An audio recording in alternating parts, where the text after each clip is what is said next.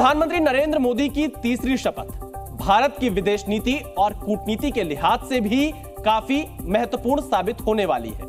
PM Modi ने एक बार फिर यह साबित किया है कि भारत के लिए पड़ोसी प्रथम है। जिस तरह से हमारे घरों में किसी शुभ काम के लिए सबसे पहले अपने पड़ोसियों को बुलाया जाता है, ठीक उसी तरह भारत में भी पीएम मोदी की शपथ का बड़ा अवसर कल है और भारत ने सबसे पहले पड़ोसियों को ही याद किया है।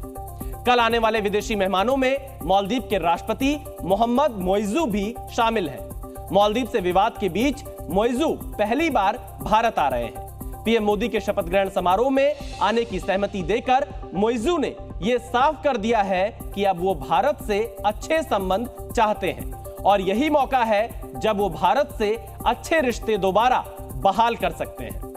अब 24 घंटे से भी कम का वक्त बचा है जब राष्ट्रपति भवन के परिसर में भारत के पड़ोसी देशों के राष्ट्र प्रमुखों का जमावड़ा होगा। इसी मंच से भारत एक बार फिर दुनिया को यह संदेश देगा कि भारत के लिए पड़ोसी सबसे पहले हैं। प्रधानमंत्री नरेंद्र मोदी की तीसरी शपथ में शामिल होने के लिए विदेशी मेहमानों के आने का सिलसिला भी शुरू हो गया है, लेकिन एक राष्ट्र प्रमुख पर पूरे देश की निगाह है। भारत से जारी विवाद के बीच मालदीव के राष्ट्रपति मोहम्मद मोइज़ू शपथ समारोह में शामिल होने के लिए भारत आ रहे हैं। पिछले साल नवंबर में शपथ लेने के बाद ये उनका पहला भारत दौरा है। मालदीव में भारत के राजदूत मुनु महावर ने मोहम्मद मोइज़ू को शपथ ग्रहण में शामिल होने का निमंत्रण दिया। ये सिर्फ इनविटेशन नहीं था, बल्कि भारत की ओर से मोइज़ू को दोस्ती का नया पैगाम था। दोस्ती के पैगाम को मोइज़ू ने स्वीकार भी कर लिया और कहा वो भारत के साथ संबंधों को और मजबूत करने के लिए प्रधानमंत्री नरेंद्र मोदी के साथ काम करने को उत्सुक हैं। उन्होंने कहा कि मालदीव भारत संबंध सकारात्मक दिशा में आगे बढ़ रहे हैं, जो दिल्ली दौरे पर दिखेगा। मोइज़ू ने भारत आने से पहले यह संदेश दिया है कि वो अब भारत के साथ विवादों को भूलकर नई शुरुआत करने वाले हैं। डिप्लोमेसी में, कूटनीति में घमंड और गुस्से की जगह कोई नहीं होती। तो नाराज होना किसी के साथ हमेशा के लिए कोई फायदा नहीं है और घमंड की कोई ज़रूरत नहीं कि जी मैं बहुत बड़ा देश हूँ, ये है वो। चीन की वो समस्या है, एंगर मैनेजमेंट और ईगो मैनेजमेंट हमारे पास नहीं है। तो ये जो आ रहा है यहाँ पर, ये बताने के लिए आ रहा है कि चीन के अतिरिक्त भी मैं अपने ऑप्शंस खुले रखना चाहता हूँ। मोहम्मद मोइज़ू ने पिछले साल मालदीव के आम चुनाव में भारत विरोधी मुहिम चलाई थी और मालदीव के राष्ट्रपति चुने गए थे। चुनाव जीत कर आने के बाद उन्होंने मालदीव से भारतीय सैनिकों को हटाने के लिए कहा था, जिसके बाद भारत ने मालदीव के समुद्री क्षेत्रों में रिसर्च करने के लिए गैर सैनिक कर्मचारियों को भेजा था। इसके बाद मालदीव ने अपने देश में चीन के जासूसी जहाज की भी एंट्री कराई थी। मोइज़ू को चीन समर्थक माना जाता है। माना जा रहा है कि उन्होंने जो भी फैसले लिए वो चीन के इशारे पर लिए गए, लेकिन जब भारतीय पर्यटकों ने मालदीव से मुंह फेर लिया तो मालदीव के टूरिज्म इंडस्ट्री को भारी नुकसान उठाना पड़ा। भारतीयों के न जाने से मालदीव को हर दिन 8.5 करोड़ रुपए का नुकसान हो रहा है। भारत के साथ साथ इजराइल ने भी अपने देश के सैलानियों को मालदीव जाने के बजाय भारत की यात्रा करने को कहा, जिसके बाद मोइज़ू को यह समझ में आ गया कि चीन के साथ जाने में नहीं बल्कि भारत के साथ रहने में ही भलाई है। चीन ने भी शायद उसको कह दिया कि ज़्यादा पंगा मत ले भारत से, क्योंकि फिर हर चीज़ के लिए तुम मेरे पास भागेगा जैसे पाकिस्तान भागता है। तो एक भिखारी को संभालने में मुझे तकलीफ हो रही है, अब दूसरा भिखारी मेरे सर पे चढ़ेगा तो मुझे फिर बहुत ही दिक्कत होगी। मोइज़ू का मन बदल रहा है तो भारत भी उनका खुले मन से स्वागत करने को तैयार है। मोइज़ू भारत आएंगे, भारत का आतिथ्य सत्कार देखकर वो चीन की दोस्ती भूल जरूर जाएंगे। ब्यूरो रिपोर्ट, जी मीडिया। शपथ ग्रहण के बाद प्रधानमंत्री मोदी का डिप्लोमेटिक एजेंडा शुरू हो जाएगा, जो अगले 1 महीने तक जारी रहेगा। कूटनीतिक स्तर पर अगले 1 महीने मोदी सरकार के लिए काफी अहम है। पीएम मोदी शपथ में आने वाले विदेशी राष्ट्र प्रमुखों से मुलाकात करेंगे। अगले दिन यानी सोमवार को पड़ोसी देशों से द्विपक्षीय बातचीत करेंगे। रूस में ब्रिक्स के विदेश मंत्रियों की मीटिंग होगी, जहां देश का नया विदेश मंत्री शामिल होगा। इसके बाद 13 और 14 जून को इटली में G7 सम्मेलन होगा, जिसमें प्रधानमंत्री मोदी को आमंत्रित किया गया है। शपथ के बाद यह उनका पहला विदेश दौरा होगा। अमेरिकी NSA Jake Sullivan PM Modi के शपथ समारोह में भारत आ रहे हैं। भारत और अमेरिका के बीच रक्षा सहयोग पर बातचीत करेंगे। जुलाई के पहले हफ्ते में कजाकिस्तान में शंघाई कोऑपरेशन ऑर्गेनाइजेशन यानी SCO की मीटिंग होने वाली है, जिसमें पीएम मोदी शामिल होंगे। यह उनका दूसरा विदेश दौरा होगा। तीसरी बार शपथ के बाद। भारत विश्व गुरु बनकर उभरा है। दुनिया ने भारत की मेहमान नवाजी पहले भी कई बार देखी है। अब एक बार फिर दुनिया के कई देश मोदी सरकार के शपथ ग्रहण समारोह के साक्षी बनने आ रहे हैं। इनमें नेपाल के प्रधानमंत्री पुष्प कमल दहल प्रचंड शामिल हैं। बांग्लादेश की प्रधानमंत्री शेख हसीना हैं, जो कि दिल्ली भी पहुंच चुकी हैं। भूटान नरेश नामग्याल वांगचुक भी शपथ ग्रहण के साक्षी बनेंगे, जबकि मालदीव के राष्ट्रपति मोहम्मद मोइजू भी सुबह दिल्ली पहुंचने वाले हैं। इनके अलावा श्रीलंका के राष्ट्रपति रानिल विक्रमसिंघे, मॉरिशस के प्रधानमंत्री प्रविंद्र जगन्नाथ भी मोदी के शपथ ग्रहण समारोह में शामिल हो रहे हैं और सेशल्स के राष्ट्रपति वावेल रामकलावन भी भारत आ रहे हैं।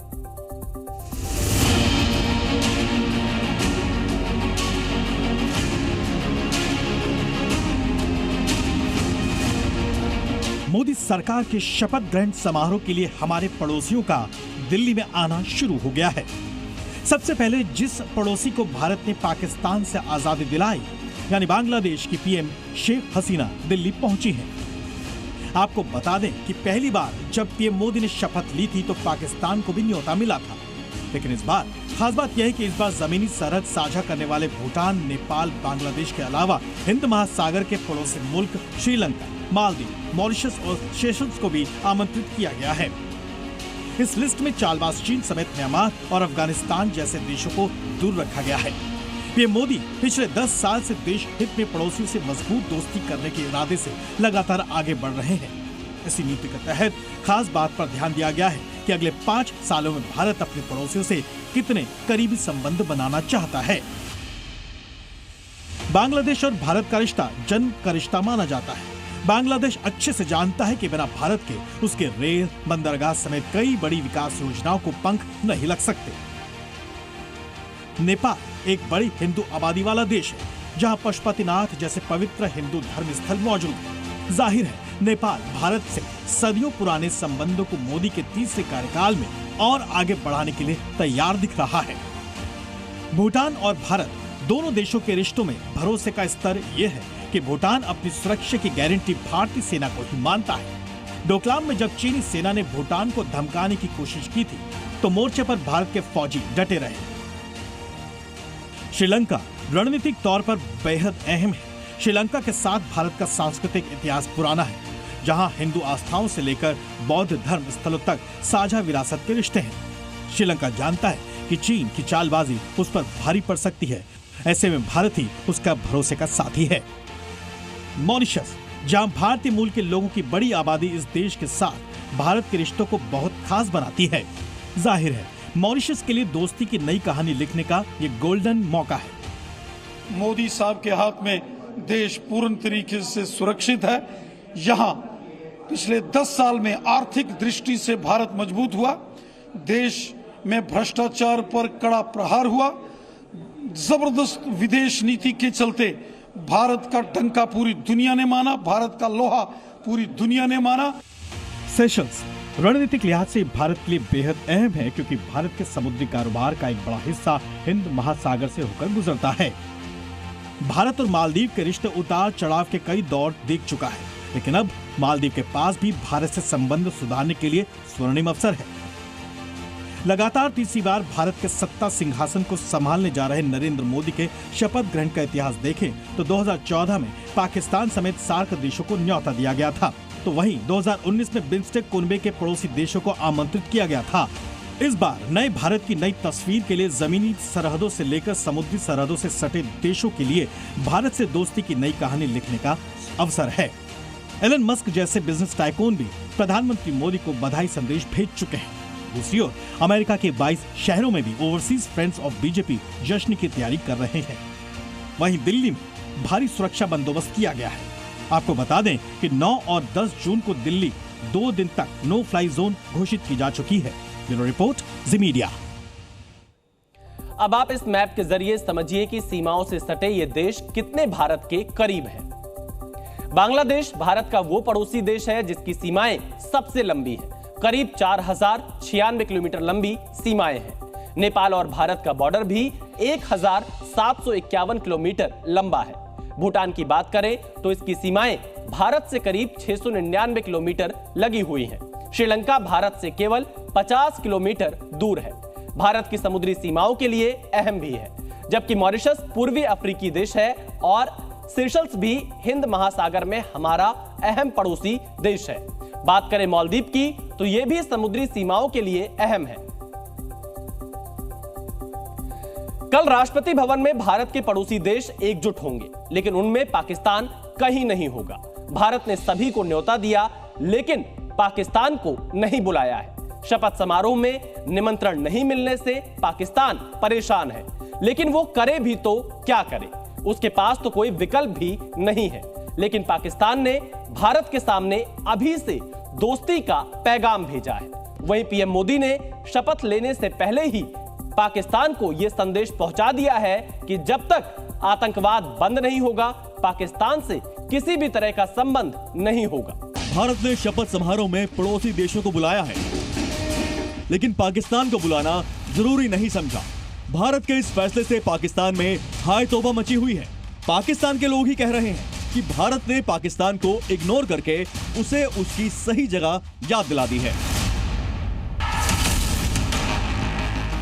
अभी पीएम मोदी ने तीसरी शपथ नहीं ली है, लेकिन पाकिस्तान के मुंह से शांति और बातचीत से वाले शब्द निकलने लगे हैं।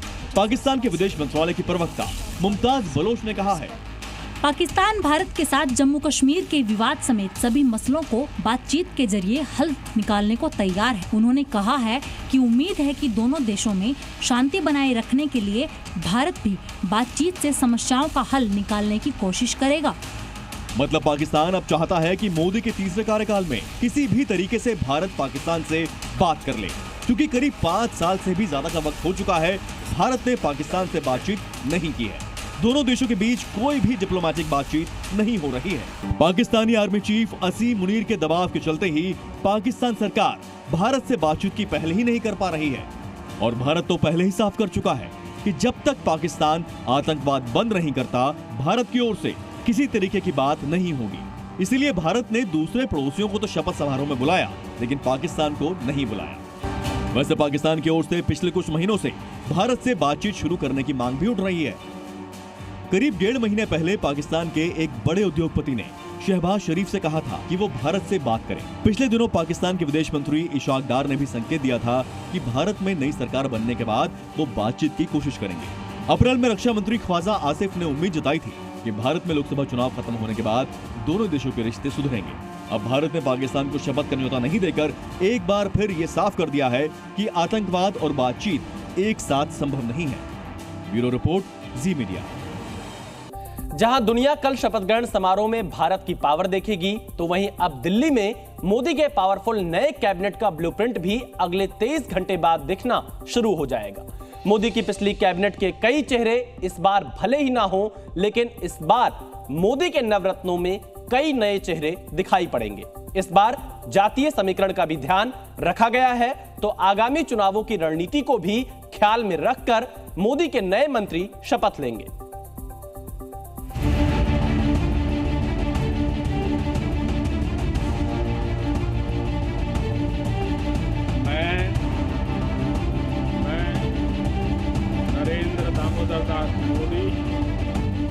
राष्ट्रपति भवन में शपथ ग्रहण की तैयारी जोर शोर से चल रही है। एनडीए के नेता मंत्रियों की सूची फाइनल करने में जुटे हैं। 2014 और 2019 के मुकाबले इस बार मोदी की कैबिनेट में एनडीए के घटक दलों का दबदबा कुछ ज्यादा ही दिखेगा।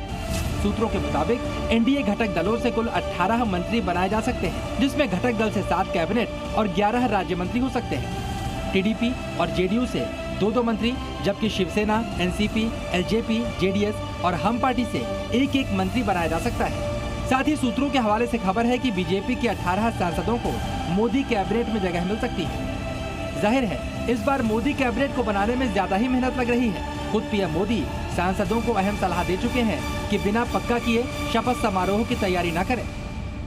किसी का फोन आ जाए तो 10 बार वेरीफाई कीजिए कि जिसने फोन किया है वो सचमुच में अथॉरिटी है। अदरवाइज कोई भी कहे भाई आपका नाम हो गया है, सुबह परिवार को बुला लीजिए, शपथ समारोह में आना है, हो गया। तो ऐसी गपबाजी करने वाली एक बहुत बड़ी फौज रहती है। इन सारे षड्यंत्रों का शिकार न बने, दूसरी ओर विपक्ष को यकीन नहीं है कि मोदी सरकार कार्यकाल पूरा कर पाएगी।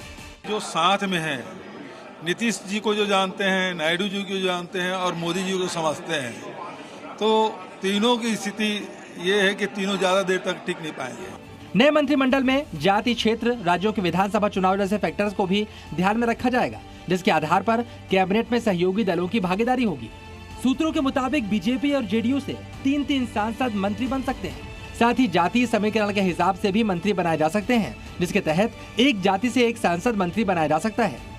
भूमिहार, अति पिछड़ा और कुशवाहा जेडीयू कोटे से, जिसमें जेडीयू से ललन सिंह के अलावा वाल्मीकि नगर से सुनील कुमार, अति पिछड़ा कोटे से राज्यसभा सांसद रामनाथ ठाकुर, इसके अलावा सुपौल के सांसद दिलेश्वर कामत मंत्री बन सकते हैं। साथ ही राजपूत, ब्राह्मण और यादवों को भी नए कैबिनेट के जरिए साधने की कोशिश होगी। बीजेपी सांसद जनार्दन सिंह या फिर राजीव प्रताप रूडी मंत्री बन सकते हैं। इसके अलावा बीजेपी से गोपाल जी ठाकुर और नित्यानंद राय भी मंत्री बन सकते हैं।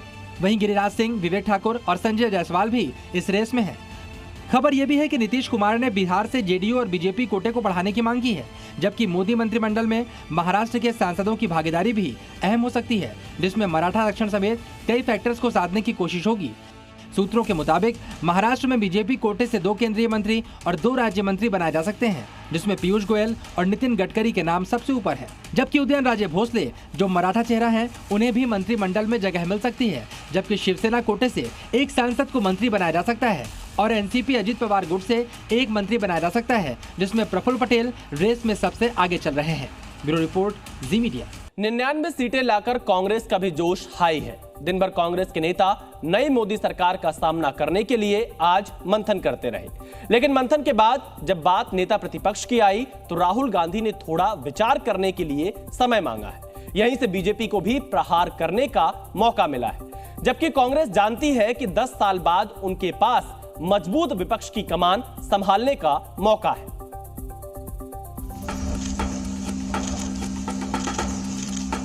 मोदी सरकार शपथ की तैयारी कर रही है तो मजबूत विपक्ष बनाने के लिए कांग्रेस भी मंथन कर रही है।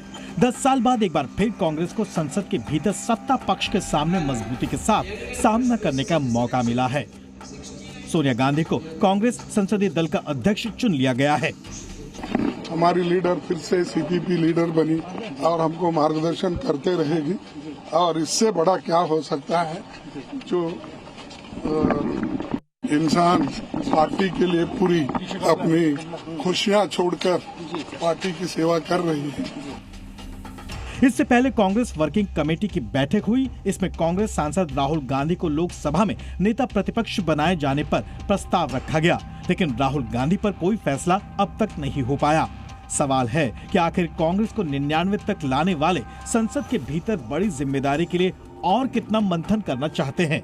दरअसल आज राहुल गांधी को लेकर शाम ढलते ढलते सस्पेंस बना रहा।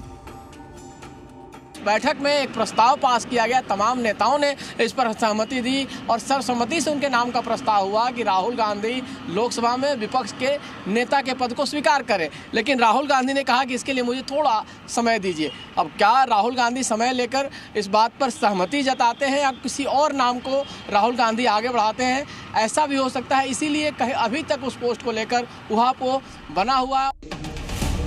वैसे कांग्रेस की चुनौतियां इसलिए भी बनी हुई हैं कि करीब 13 राज्यों में 24 के चुनाव में कांग्रेस खाता भी नहीं खोल पाई, जबकि कांग्रेस के नेता चाहते हैं कि राहुल गांधी संसद में नेता प्रतिपक्ष की भूमिका निभाएं। हम सब चाहते हैं कि राहुल जी विपक्ष के नेता का पद लें और उस जिम्मेदारी को संभालें। बीजेपी राहुल गांधी पर फंसे पेच को लेकर कांग्रेस पर तंज कस रही है। देखिए, इससे पहले भी राहुल गांधी जी का हमने जो देखा, उनको राहुल गांधी जी बीच बीच में कभी इटली चले जाते हैं, कभी दूसरे किसी जगह पे चले जाते हैं, कभी किसी सी बीच में मिलते हैं। तो अगर अपोजिशन लीडर बीच बीच में ऐसे हवा मतलब चले जाए ऐसी जगह पे, वो हवाई पे चले जाए या इटली पे चले जाए, किसी बीच में दिखाई दे तो अपोजिशन लीडर तो काम नहीं कर पाएंगे। 24 के रण में उतरने के दौरान राहुल गांधी ने 6,600 किलोमीटर भारत जोड़ो यात्रा की और चुनाव मैदान में दोनों ही सीटें जीती। इसके बाद कांग्रेस की जान में जान आई। अब अगर उनको अपना फैसला लेने में समय चाहिए तो विपक्ष के पास प्रहार करने का मौका मिलता ही रहेगा। ब्यूरो रिपोर्ट, जी मीडिया। इस बार बीजेपी का सबसे खराब प्रदर्शन सबसे बड़े राज्य यूपी में रहा। बीजेपी के कमजोर प्रदर्शन पर उत्तर प्रदेश के मुख्यमंत्री योगी आदित्यनाथ लगातार 2 दिनों से मंथन कर रहे हैं। लोकसभा चुनाव के परिणाम आने के बाद सीएम योगी ने आज अपने मंत्रियों के साथ बैठक ली, लेकिन यूपी के दोनों डिप्टी सीएम केशव प्रसाद मौर्य और ब्रजेश पाठक इस बैठक में नहीं दिखाई दिए। सवाल है कि आखिर इतनी बड़ी बैठक से 2 डिप्टी सीएम का गायब रहने का क्या कोई राजनीतिक संकेत है?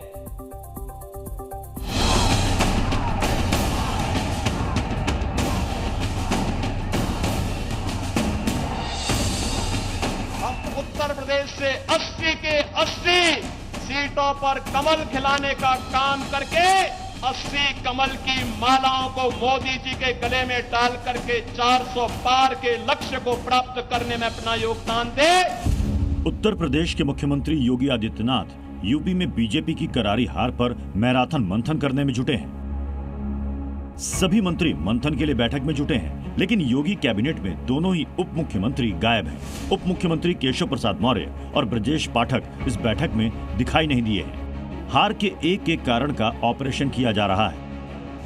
यूपी से बीजेपी को बड़ी निराशा मिली है। यहाँ से बीजेपी के 49 में से 27 मौजूदा सांसदों को हार का सामना करना पड़ा। बीजेपी ने इस बार 54 ऐसे कैंडिडेट्स को मैदान में उतारा था जो 2019 में भी लोकसभा चुनाव लड़ चुके थे। हालांकि 31 चेहरे चुनाव हार गए। डबल इंजन की सरकार का दम भरने वाली बीजेपी विपक्ष पर भी अपनी हार को लेकर हमलावर है। कांग्रेस और सपा के लोगों ने झूठ बोला कि सरकार आने पर संविधान बदल दिया जाएगा। ये प्रचारित बड़ी तेजी से किए। इन लोगों ने 1-1 लाख खाते में टनाटन देने की बात किया। अब लोग कार्यालय पर टनाटन लेने के लिए जा रहे हैं। वोट तो ले लिए, लेकिन टनाटन कहाँ से देंगे? लोकतंत्र में हार जीत होती रहती है। कई चीजें पार्टी फोरम पर आ गई हैं। सीएम योगी ने अपने नेताओं को एक बार फिर जनता के बीच जाने का संदेश दिया है। यूपी में बीजेपी 62 से 63 पर रह गई। जाहिर है अब आत्ममंथन से ही यूपी के विधानसभा के लिए नई जमीन तैयार करने की जरूरत है। मुद्दों की जीत। दूसरी ओर अखिलेश यादव अपनी पार्टी के शानदार प्रदर्शन से बेहद जोश में हैं और बीजेपी पर हमलावर हैं। बहुत सारे ऐसे साथी हैं बीजेपी की सरकार में जिन्हें सर्टिफिकेट नहीं मिल पाया, उनकी धांधली की वजह से।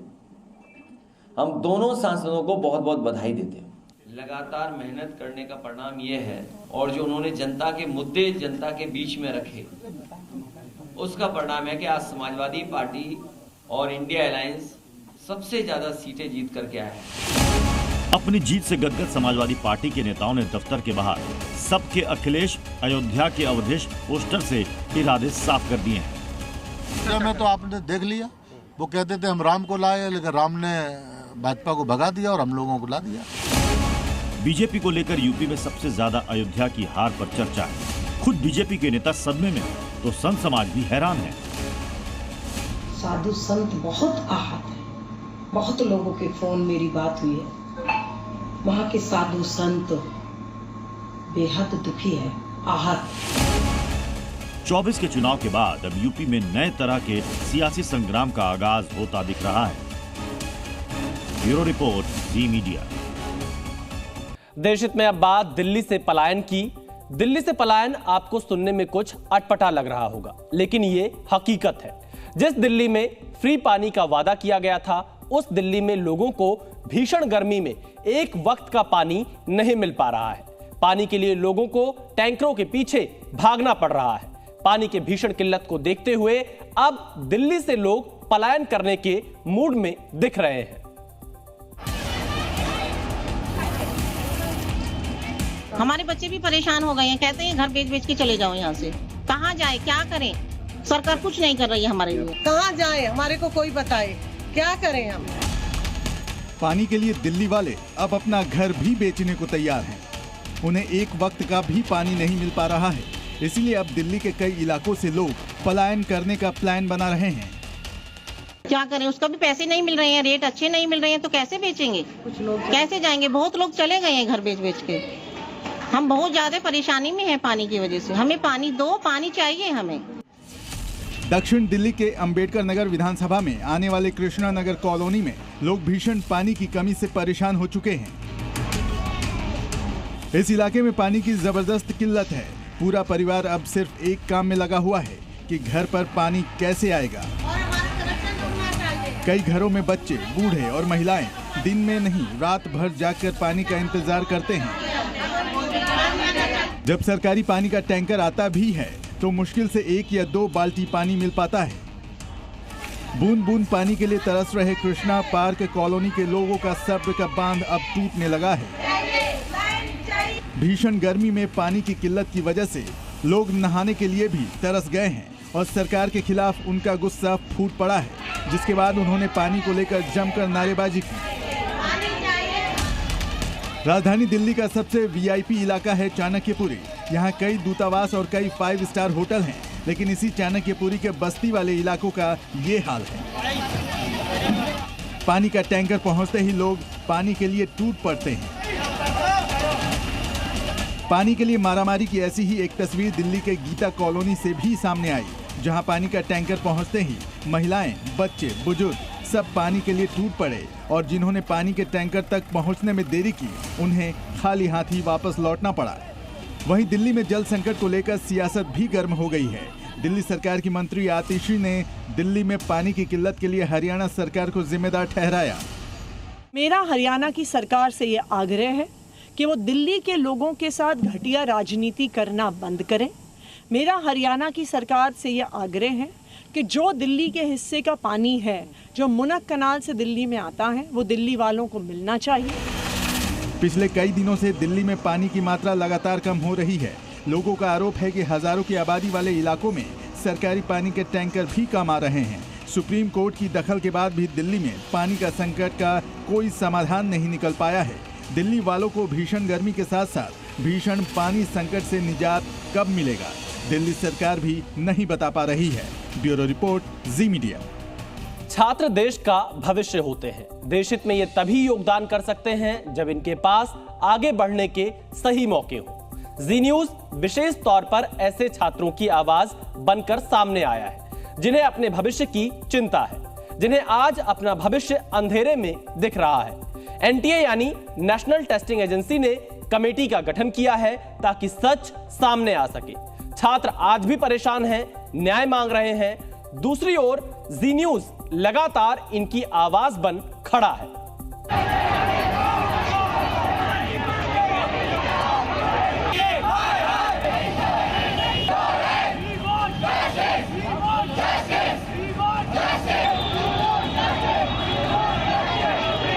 स्टूडेंट्स को जस्टिस चाहिए। अगर साफ है तो फिर ये रैंक 41,000 कैसे गया? ये छात्र अपने सपने टूटते देख मायूस हैं। इनकी मांग है कि नीट की परीक्षा रद्द हो। देश भर के छात्र गुस्से में हैं, न्याय की मांग कर रहे हैं और सवाल पूछ रहे हैं कि कैसे 67 छात्रों को एक साथ फुल मार्क्स मिल सकते हैं।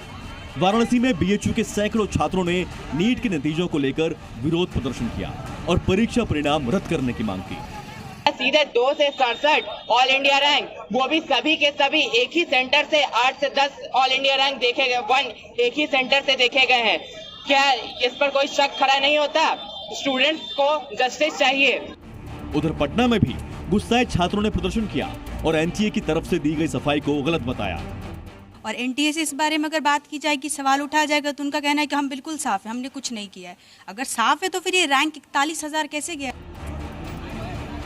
यूपी के कानपुर में भी नीट परीक्षा परिणामों के विरोध में छात्र सड़क पर उतर आए और पेपर लीक होने का आरोप लगाकर विरोध प्रदर्शन करने लगे। हालांकि एनटीए ने नीट परीक्षा में गड़बड़ी होने से इनकार कर दिया है। साथ ही एक कमेटी भी बना दी। एनटीए ने दावा किया कि पूरा मामला 6 सेंटर और 1,600 छात्रों को लेकर है, जिसकी जांच के लिए कमेटी बनाई गई है और कमेटी की रिपोर्ट के आधार पर ही आगे फैसला लिया जाएगा। एनटीए की तरफ से यह भी कहा गया है कि नीट की परीक्षा में कोई पेपर लीक नहीं हुआ। वो कमेटी इनको एक बार फिर से देख लेगी कि जो इनके ग्रीवांसेस थे 1600 कैंडिडेट्स के, उनके भी ग्रीवांसेस ना रहें और जो 23 लाख लोगों के मन में है कि काफ़ी सारे टॉपर्स आ गए, ये आ गए, तो इनके भी इशूज वो ना हों। तो इस तरीके का निर्णय एक हम लोगों ने लिया है।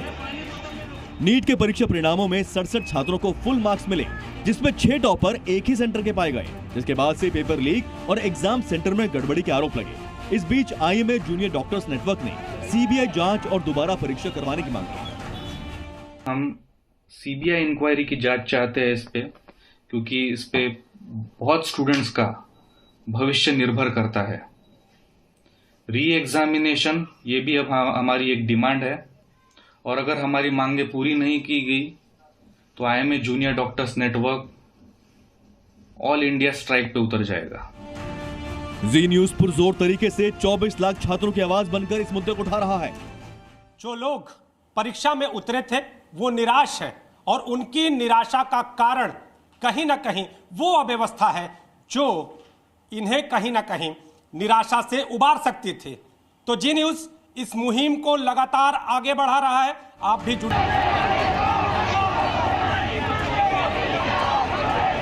उम्मीद है छात्रों को जल्द न्याय मिलेगा।